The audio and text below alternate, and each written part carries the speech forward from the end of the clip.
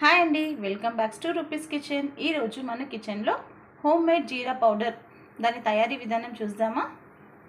ముందుగా ఒక ప్యాన్ పెట్టుకొని దాంట్లో 1 కప్ జీరా వేసేసి బాగా ఫ్రై చేసుకోవాలండి. జీరా హెల్త్కి చాలా మంచిదండి. మన కుకింగ్ వీడియోస్లో నేను జీరా పౌడర్ వేస్తూ ఉంటా, అది మీరు చూస్తున్నారు కదండి, మీరు కూడా వాచ్ చేసి ఉండొచ్చు. ఇలా సిమ్లో పెట్టుకొని ఫ్రై చేసుకోవాలండి.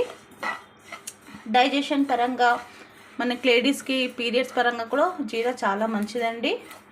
నైట్లో ఒక గ్లాస్లో 1 స్పూన్ ఆఫ్ జీరా వేసేసుకొని వేడి నీళ్ళు పోసి నానబెడితే నెక్స్ట్ డే మార్నింగ్ మనం బ్రష్ చేసుకొని వెంటనే ఫిల్టర్ చేసేసి ఆ వాటర్ తాగితే హెల్త్కి చాలా మంచిదండి.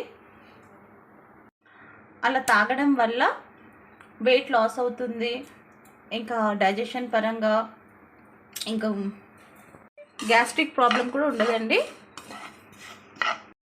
సిమ్లో పెట్టుకొని ఇలా బాగా ఫ్రై చేసుకోవాలండి. ఇది అయిపోయిందంటే మనకు ఒక మంచి స్మెల్ వస్తుందండి, దాంట్లోనే అర్థమైపోతుంది జీరా ఫ్రై అయిపోయిందని. ఇప్పుడు దీన్ని కాసేపు మనం చల్లారించుకొని మిక్సీ పట్టుకుందాం. ఇలా చల్లగాక జార్లో తీసేసుకొని మిక్సీ పట్టేసుకుందామండి.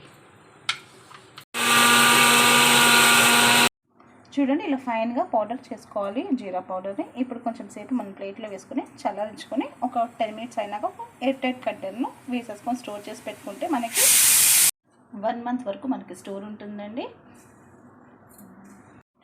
నచ్చితే మీరు కూడా ఒకసారి ఇలా ట్రై చేయండి. కానీ ఇలా చేసి పెట్టుకుంటే అన్ని కర్రీస్లో మనకి యూజ్ అవుతూనే ఉంటుంది, నాన్ వెజ్లో, వెజిటేరియన్స్లో కూడా. మీకు నచ్చినట్టయితే లైక్ చేయండి, షేర్ చేయండి మీ ఫ్యామిలీ అండ్ ఫ్రెండ్స్తో. మీ రూపీస్ కిచెన్. ఏమన్నా కొత్తగా మన ఛానల్ని చూసేవారు ఉంటే మన ఛానల్ని రూపీస్ కిచెన్ని సబ్స్క్రైబ్ చేసుకోండి.